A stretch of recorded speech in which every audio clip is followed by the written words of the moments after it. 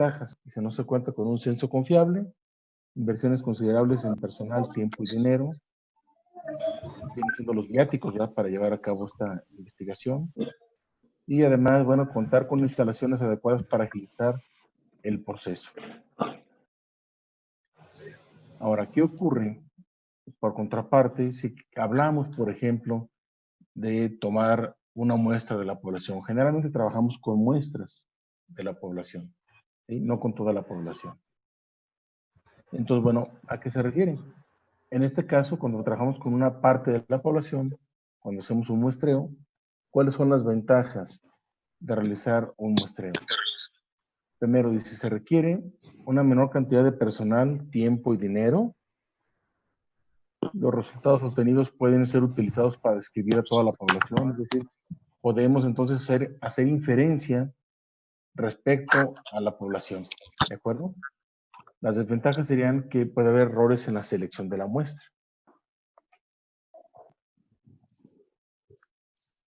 Vamos ahora a hablar de conceptos básicos que tienen que ver precisamente con el muestreo epidemiológico.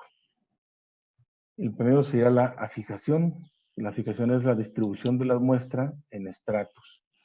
Por ejemplo, si yo voy a hacer una toma de muestra en ganado lechero, una forma de afijación sería, por ejemplo, dividirlo por número de lactancias, ¿sí?, o por edad de los animales, o por etapa productiva. A eso se refiere el término afijación.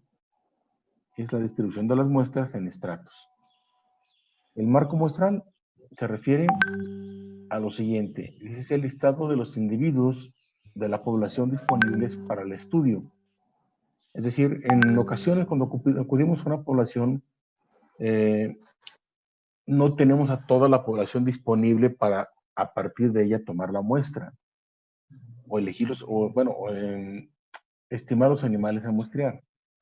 Entonces, aquellos que están disponibles para hacer el estudio, se le denomina marco muestral, a ese número de animales, a ese grupo de animales. ¿Sí? Luego tenemos el muestreo. El muestreo como tal es el procedimiento estadístico para seleccionar la muestra a partir de la población, con el objeto de estudiar de ella alguna característica y ya obteniendo los resultados, generalizar los resultados a la población al resto de la población. ¿De acuerdo?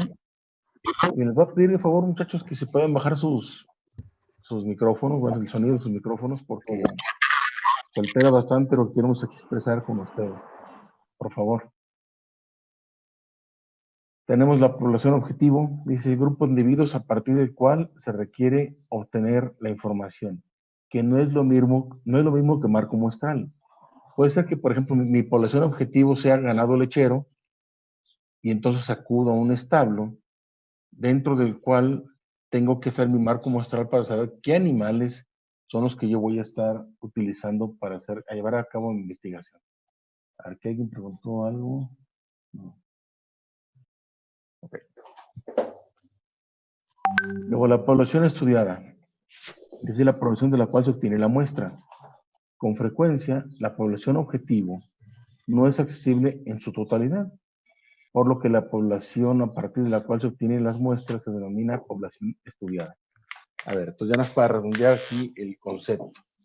La población objetivo podría ser, por ejemplo, yo les mencionaba ahorita ganado lechero. Requerimos entonces un marco muestral, es decir, parte de esa población que es a la que vamos a estudiar. Y sobre la cual realmente hago el estudio, esa será la población estudiada, sobre la cual directamente hago la toma. No, no está caliente. Profe, Sí. no sería, por decir, le regresa la otra diapositiva para, Sí, gracias. por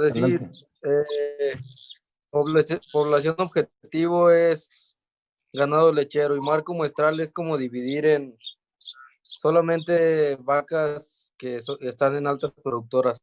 Puede Y ser, pues población correcto. estudiada es cuáles vacas se... Ah, ok, gracias.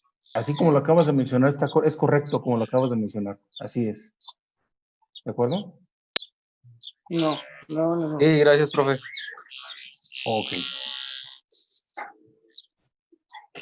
Bueno, el sesgo de selección, si se refiere a los errores cometidos durante la selección de la muestra, los cuales afectan la representatividad del muestreo. Entonces, bueno, hay desde luego modelos matemáticos que nos permiten que ese sesgo de selección sea muy bajito o de plano no ocurra. ¿De acuerdo? Queremos entonces que cuando nosotros vamos a hacer un muestreo, ¿sí? Vamos a pensar otra vez en el contexto que mencionábamos ahorita en ganado lechero. Queremos, por ejemplo, a partir de un grupo de animales, que vendría siendo precisamente ahorita lo que acabamos de mencionar, la población estudiada, al final va a ser la población estudiada. Queremos estudiar, por ejemplo, no sé, el perfil, por ejemplo, genotípico para mejora a través de uso de semen sexado con esos animales, ¿sí? Para la progenie que van a generar.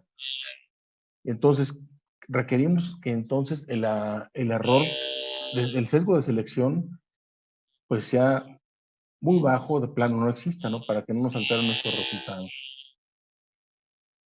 Tenemos la unidad de análisis. Dice, la unidad de análisis corresponde a la entidad mayor o representativa de lo que va a ser el objeto específico del estudio en una medición.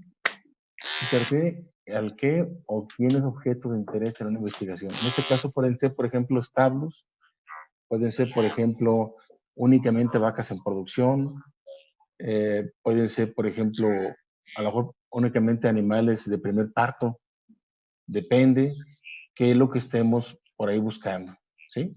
¿Cuál es el objetivo de nuestro estudio? Sí, yo sí les sugiero, apaguen sus micrófonos, muchachos, se está viciando bastante aquí lo que queremos comentar con ustedes. Por favor. Tenemos también los elementos muestrales, perdón, la unidad de encuesta es cada individuo de la población estudiada, animales, granjas o municipios, ¿sí? Luego tenemos elementos muestrales, se refiere a cada una de las muestras seleccionadas. ¿De acuerdo?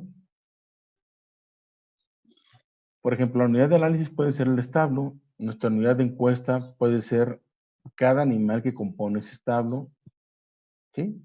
Y los elementos muestrales se refiere a cada una de las muestras seleccionadas, porque a lo mejor yo del grupo de animales sobre los cuales voy a hacer el estudio, a lo mejor no son las 100 vacas de primer parto, únicamente voy a trabajar con 75, por ejemplo.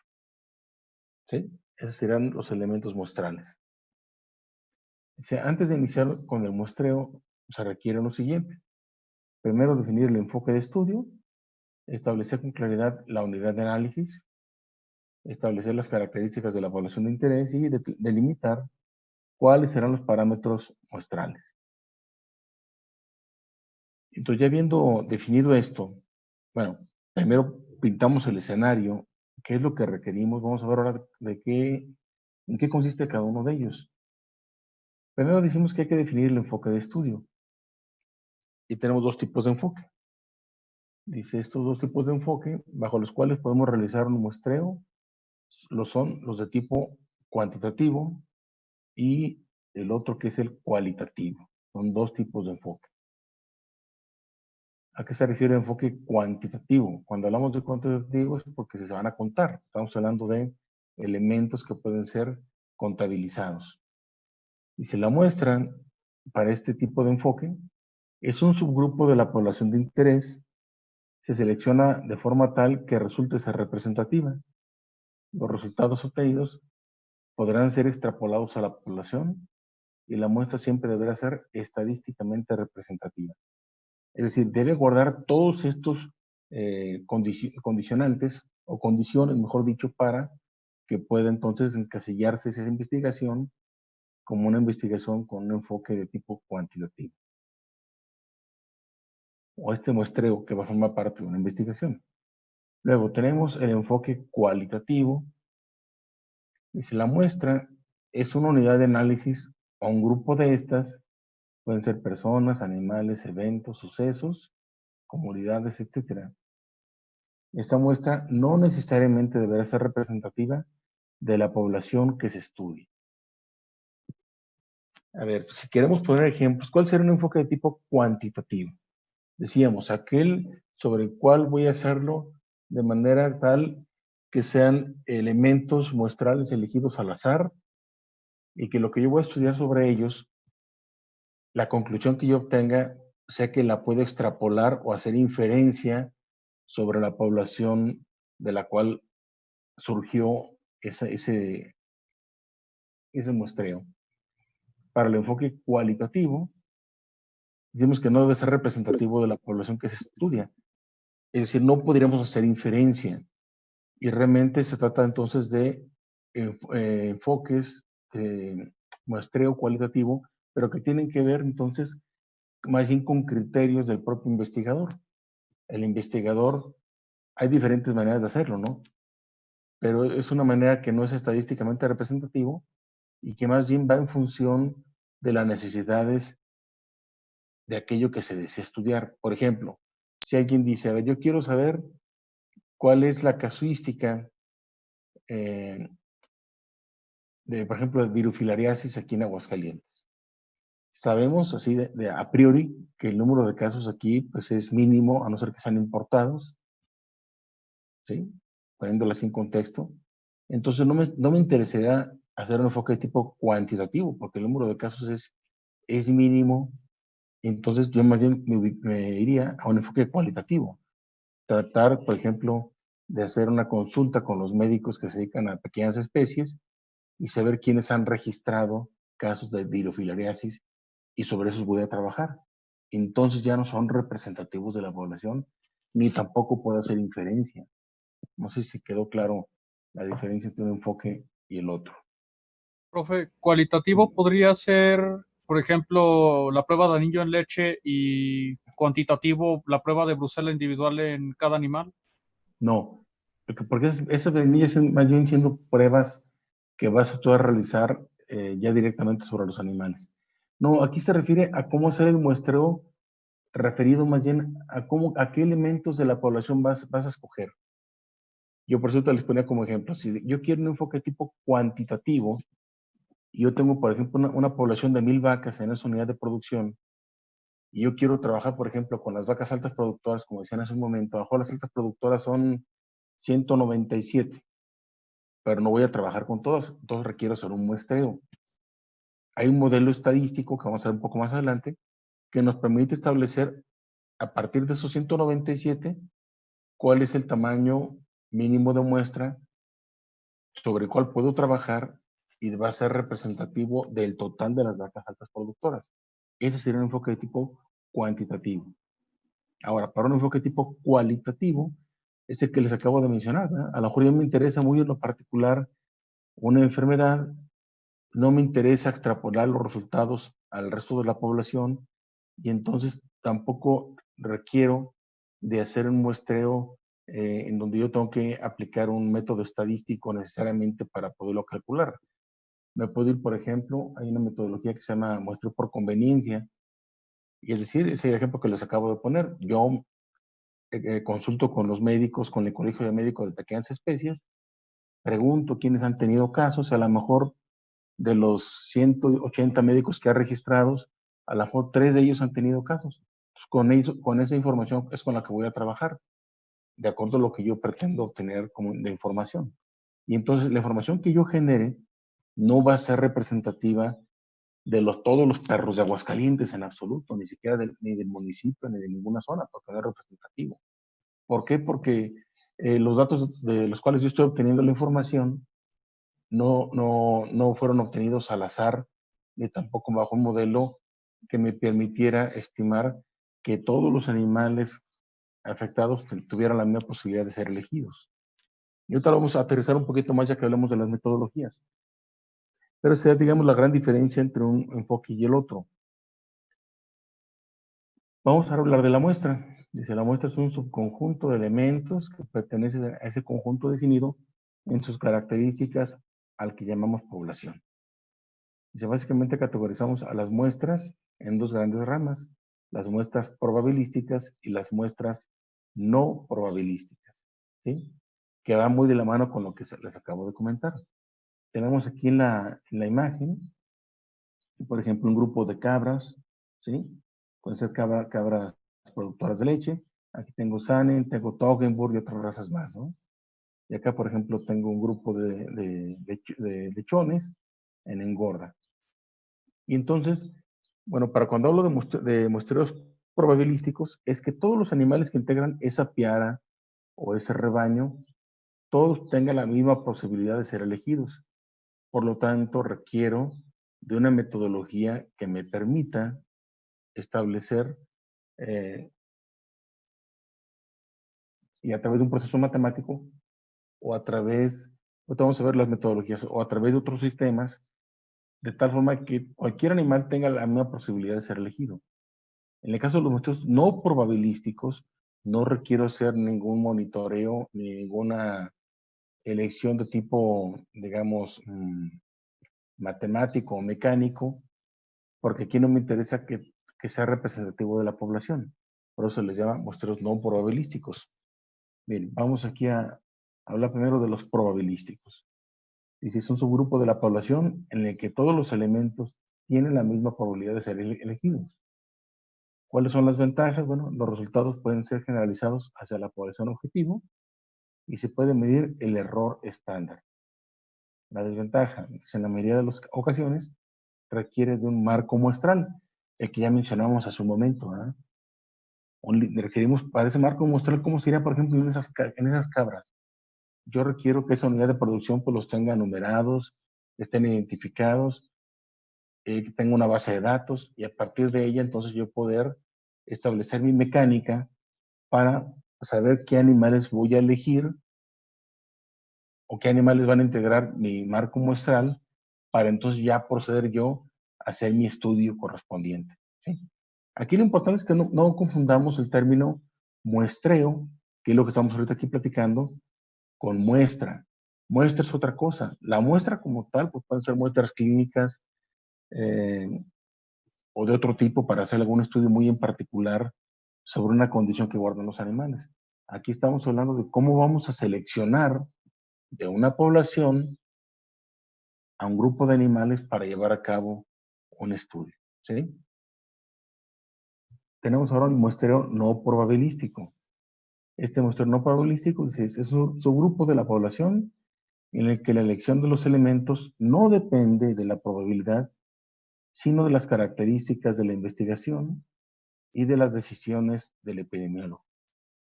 ¿Cuál es la ventaja de las no probabilísticas? Obtención de información valiosa para el epidemiólogo al elegir los casos que más le interesan. ¿Cuál es la desventaja? Que los resultados no se pueden generalizar hacia la población. ¿De acuerdo? Entonces, podemos inferir hasta este punto que los muestreos de tipo probabilístico acomodan mejor para los enfoques de estudio de tipo cuantitativo y los muestreos no probabilísticos encajan mejor en aquellos enfoques de estudio de tipo cualitativo. ¿Sí? ¿Sí queda claro? Sí. Ok. Vamos ahora a hablar de la selección de una muestra probabilística. ¿Sí? Vamos a hacer un muestreo probabilístico. Necesitamos principalmente dos cosas. Primero, determinar el tamaño mínimo de muestra. El tamaño mínimo de muestra, aquí sí es una fórmula matemática que vamos a verla en otra presentación. ¿Sí? Que es el que nos va a definir, de acuerdo a las características de esa población y lo que quiero estudiar, me va a definir cuántos animales o cuántas granjas, cuántos establos o cuántas engordas voy a estudiar. ¿De acuerdo? En este momento no lo estamos ahorita calculando, pero requerimos esa información. Habitualmente nos han enseñado de una manera, pues, yo creo que inadecuada, el hecho de que nos digan que para hacer un muestreo, el 10% representativo. Eso es totalmente falso, porque puede ser que ese 10% sea insuficiente o sea excesivo. Si yo, por ejemplo, hablo de una población de 100,000 animales, el 10%, estamos hablando de 10,000 animales. 10,000 muestras, pues tampoco se enchilame la otra. Y si, por ejemplo, estamos hablando de un estudio, por ejemplo, de PCR tiempo real, o de microarreglos, no sé, vaya, no es tan sencillo, será costosísimo. ¿Sí me explico? Entonces hay un modelo matemático para ello. Bueno, entonces requerimos determinar el tamaño mínimo de muestra y seleccionar los elementos muestrales. Y que todos tengan la misma posibilidad de ser elegidos. Esa es una condición bien importante que debe respetarse para que entonces podamos decir que hicimos un muestreo de tipo probabilístico. ¿Sí? Dice, existen 3 procedimientos de selección de las muestras de forma aleatoria y 2 mecánicas para llevar a cabo o para asegurar la representatividad y facilitar el muestreo. Ok, entonces tenemos el muestreo por sorteo, el de números aleatorios, muestreo sistemático, estratificado y el muestreo por conglomerados. Son los 5 procedimientos los 5 procedimientos de muestreo que forman parte del muestreo probabilístico. Pero, repito, tendríamos ya que tener nosotros designado un tamaño mínimo de muestra. Vamos a ver en qué consiste cada uno de ellos. Bueno, muestreo por sorteo, dice, consiste en enumerar todos los elementos muestrales del 1 al n, vamos a pensar que sean 35, por ejemplo, ¿verdad? Entonces tenemos enumerados del 1 al 35 esos animales. O esos establos, lo que según sea lo que queremos analizar. Dice, hay que hacer fichas por cada uno de los elementos e introducirlos en una tómbola. Posteriormente ir sacando n número de fichas según lo indique el tamaño mínimo de muestra. ¿De acuerdo? Entonces, bueno, el muestreo por sorteo, dada su mecánica para poder llevar a cabo, tendríamos que hacerlo con grupos de animales no muy grandes. O sea, a lo mejor a mí sí me dicen, a ver, tenemos otra vez, vamos al ejemplo de las cabras. Yo tengo esa unidad de producción donde tienen 65 cabras en producción. Entonces yo puedo tener los 65 papelitos, pero resulta que la fórmula me dice que mi tamaño mínimo de muestra para llevar a cabo esa investigación que yo quiero realizar requiero 37. Entonces, ¿qué es lo que voy a hacer? Pongo el total de los animales anotados en papelitos en una tómbola, bueno, en un recipiente, donde estén todos los animales que reúnen esa condición. Vamos a pensar que deben ser cabras que estén en producción. Son 67 en total, pero yo nomás requiero trabajar con 35, por ejemplo. Entonces, lo que hago es que revuelvo todos esos papelitos donde están todos los animales en producción y voy sacando de uno en uno hasta completar los 35. Ese sería nuestro por sorteo. ¿Sí? Lógico, no lo haría donde yo tengo, por ejemplo, una población de miles de animales y donde mi tamaño mínimo de muestra son, por ejemplo, cientos. Sería pues poco práctico hacerlo por sorteo. ¿Sí? O el muestreo con números aleatorios. Es necesario contar con un cuadro de números aleatorios, o bien hacerlo, por ejemplo, en computadora o en calculadora, donde podemos hacer cálculo de números aleatorios. Y aquí vamos a ver un ejemplo. Dice, tenemos 60 vacas, el tamaño mínimo de muestra es de 10. ¿Cuáles son los requisitos? Un censo de la vaca de la 1 a la 60, que los tengamos identificados. Y luego entonces, ya que tenemos la identificación de los animales, nos vamos a los números aleatorios y bueno, ¿cuáles vamos a elegir? Si entonces son 60 animales, vamos a pensar aquí, me voy aquí a esa tablita, que dice, mira, yo voy a mostrar la 16, la 38, la 1, la 22, la 46 y la 6, la 81, la 97 y la 8, la 57, la 32 y la 3, por ejemplo. ¿Sí? Y hasta que complete el total del tamaño mínimo de muestra, que son 10. O bien nos podemos ir, repito, a la computadora o a la calculadora para que nos vaya dando números aleatorios hasta que complete el tamaño mínimo de muestra, que son 10. ¿De acuerdo?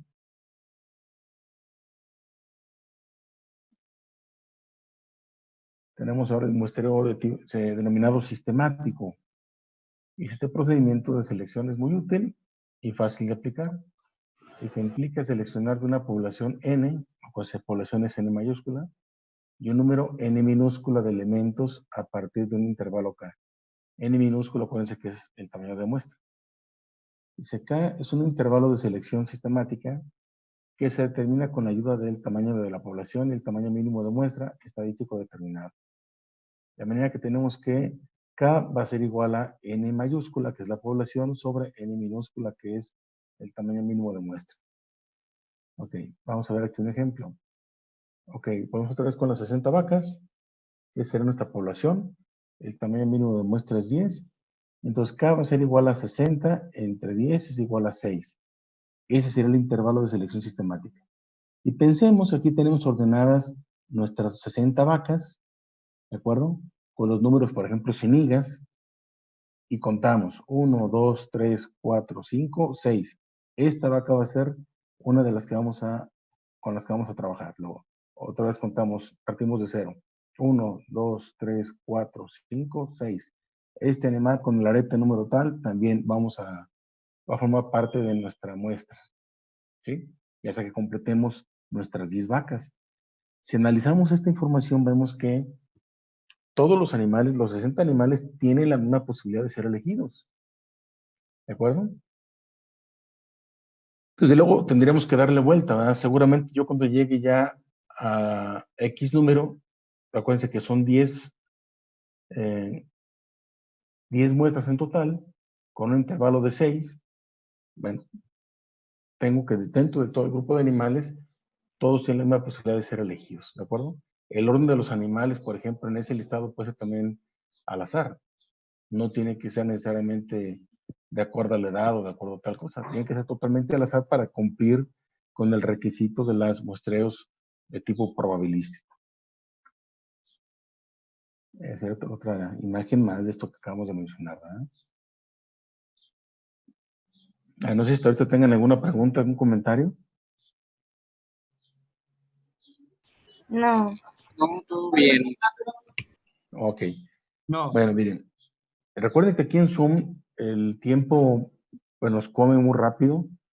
Yo establecí el tiempo máximo que nos dan aquí, que son más o menos 40, 45 minutos, y tengo otros tantos tiempo también programado a las 5 de la tarde. Así es que si de repente ven que se nos interrumpe la comunicación, a las 5 tenemos ya se cumplió. A ver, ¿sí seguimos conectados? Sí, profe, aquí dice que faltan como 10. Perfecto, excelente. Entonces vamos a seguir. Entonces ya vamos, pues estamos con muestreo probabilístico, ya llevamos 2, que es el que es por sorteo, el sistemático, y pasamos al estratificado. A ver, ¿a qué se refiere el muestreo estratificado? Y se basa en el conocimiento de los estratos en los que se divide la población. ¿Quién establece los estratos? Pues el mismo epidemiólogo.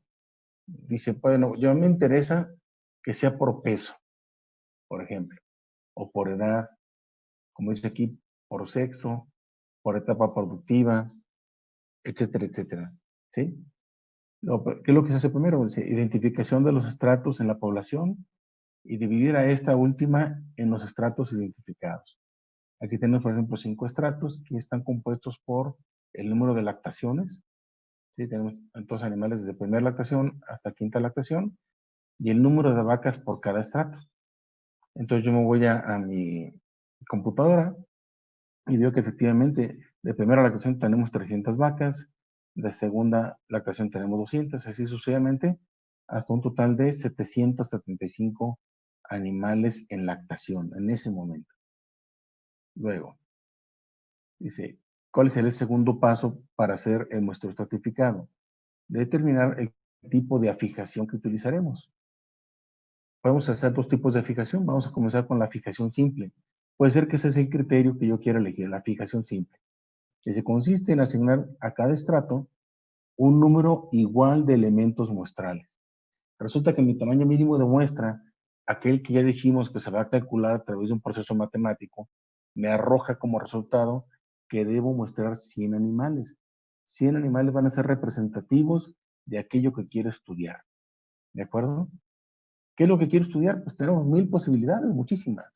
¿Sí? Y a lo mejor eso que quiero estudiar implica que yo tome una muestra, que ya es cosa diferente, ¿verdad? A lo mejor implica que yo tome una muestra de leche, una muestra de sangre, una muestra de pelo, no sé, X, una biopsia, etcétera, etcétera. Bueno, entonces tenemos otra vez aquí los 5 estratos, las 5 lactaciones, Y pues, a cada estrato le asignamos un número igual de muestras que vamos a tomar. Entonces aquí, por ejemplo, tengo que para la primera lactación son 20, y así para cada uno de ellos hasta sumar el total de 100 vacas. ¿De acuerdo? Ahora, ¿cómo le haríamos aquí para elegir? Si aquí tenemos 300, aquí son 20 vacas, ¿cómo se les ocurre que podemos hacerlo? O sea, dentro de este estrato de primera lactación, tenemos que tomar 20, tenemos que elegir 20 animales. ¿Sí? ¿Cómo le hacemos? ¿Podemos incluir uno de los otros métodos, por ejemplo, el sistemático? Es correcto, es correcto. Sí. Se puede hacer combinación de metodologías. Y finalmente vienen cayendo dentro del muestreo de tipo probabilístico. Totalmente de acuerdo, es correcto, así como lo acaban de mencionar. Sí, a lo mejor se nos facilita más, por ejemplo, hacerlo el sistemático, ¿eh? Y podemos sí hacerlo para que entonces sigamos respetando lo que dice el muestreo probabilístico, de que todos los animales tengan la misma posibilidad de ser elegidos. ¿De acuerdo? Esa será la fijación simple. Pero ¿qué pasa si somos muy quisquillosos y decimos, a ver, no, yo quiero irme a asignar, bueno, a calcular el número de muestras por estrato, pero de acuerdo a la proporción de cada uno de ellos? Y vamos al mismo ejemplo, tenemos igual otra vez 100 vacas, pero ahora lo que hacemos es el porcentaje de participación dentro del total de vacas. Voy a asignar con qué porcentaje tenemos de primera lactación, qué porcentaje de segunda, y en función de eso, pues hago una regla de 3 y determino el número de muestras por estrato. Lógico, el estrato más grande, que es este de primera lactación, pues es el que tiene mayor número de muestras. El estrato que tiene menos número de vacas, que es de 50, pues tiene un menor número de muestras. Para sumar un total, bueno, aquí nos da un poquito más, nos da 102. Aquí podríamos redondear, a lo mejor quedarnos con las 100 que dijimos en un principio, o si son dos, no se nos hace gravoso, dos muestros más no nos causa ningún problema, pues mejor dejarlo así, tal como nos lo dio aquí el proceso de una regla de 3, así tan sencillo como eso. ¿Sí se entiende este? Sí. ¿Sí? Ok, no es más que una regla de 3, ¿verdad? Respetar la proporción en la cual están los animales que integran esta fijación. Pero, profe, en Dígame, esa, sí. de todos Sí. modos, no, aún no se escogen los animales que se van a muestrear, solo la cantidad. Es correcto, tendríamos que acudir a hacer un muestreo por sorteo o un muestreo de tipo sistemático, Ok. para que entonces ya tengamos exactamente qué animales son con los que vamos a trabajar. Al final sabemos que aquí lo que estamos viendo en pantalla van a ser 102, pero ¿cuáles? Y bien, como usted acaba de decirlo, ¿verdad? Tendríamos que dar ese segundo paso para saber exactamente qué animales son. Y al final, esa vendría siendo que nuestra población estudiada, ¿verdad? Ujú. Es con la que vamos a trabajar y va a ser nuestra población estudiada. ¿Cuál fue nuestro marco muestral? Nuestro marco muestral fueron los animales en lactación, los animales que estaban en lactación. ¿Sí? Sí. ¿Cuál fue nuestra población objetivo? El número de muestras que se seleccionaron de cada estratificación. La población objetivo No, no es el ganado de leche. es correcto, es el ganado lechero. Es decir, partimos de lo más a lo menos. Esa es mi población objetivo, es el ganado lechero. Mi marco muestral van a ser los animales de primera lactación. Y mi población de estudio van a ser los 102 animales sobre los cuales voy a trabajar. ¿Sí? Luego tenemos el muestreo por conglomerados. Dice, es utilizado en el muestreo de grandes poblaciones divididas sobre un área geográfica. Ese no se les olvide, ¿eh? Porque luego me tienden a confundir mucho el estratificado con el conglomerado y es diferente. Entonces aquí, esa es una condición. Es en grandes poblaciones divididos en un área geográfica, donde generalmente no se cuenta con un censo. Las subpoblaciones representan fielmente a la población y se consiste en seleccionar aleatoriamente un cierto número de conglomerados y en muestrar los elementos pertenecientes a los conglomerados elegidos. A ver, vamos a ver. Dice, este muestreo por conglomerado. Dice, primero, decidir cuál será la unidad de análisis. Puede ser, por ejemplo, granja. ¿Sí? Luego, elegir el conglomerado más alto. Puede ser por estado, A partir de cosas se seleccionan un subgrupo que pueden ser los municipios y a su vez otro subgrupo que podría ser, por ejemplo, delegaciones, como por ejemplo aquí cómo se divide políticamente Aguascalientes, ¿verdad? Luego seleccionar algunas granjas y obtener las muestras. ¿Cuántas granjas? Bueno, va a depender también aquí ese cálculo matemático que va a decir cuál es el tamaño mínimo de muestra. Pero sería entonces, ¿qué diferencia habría con el que acabamos de hacer? En este estamos hablando que es en grandes poblaciones y que tendríamos que dividirlo por áreas geográficas. Y donde también estamos diciendo que son representativos cualesquiera de ellos de esa superficie de la cual estoy hablando. Por ejemplo, aquí están viendo al estado de San Luis Potosí. Y puede ser, por ejemplo, si yo quiero que me quede homogéneo, pues pueden ser de la zona, por ejemplo, de la zona conurbada a San Luis Potosí, o aquella zona caliente, la zona de Tamuín, la zona donde están otro tipo de ambientes, tal vez animales que están más propensos a otro tipo de situaciones, como por ejemplo ectoparásitos, garrapatas, no sé. Depende de cuál sea el objetivo de nuestro estudio. ¿Sí? Dice, las ideas de estratos y conglomerados son en cierto sentido opuestas. Dice, la estratificación funciona mejor cuanto más homogénea es la población respecto al estrato, aunque más diferentes sean estos entre sí. Y si pensemos ahorita, por ejemplo, en las lactaciones. Lógico es, tengo animales muy homogéneos, todos los que pertenecen a la primera lactación, son todos muy homogéneos los que pertenecen a la segunda lactación, y así sucesivamente.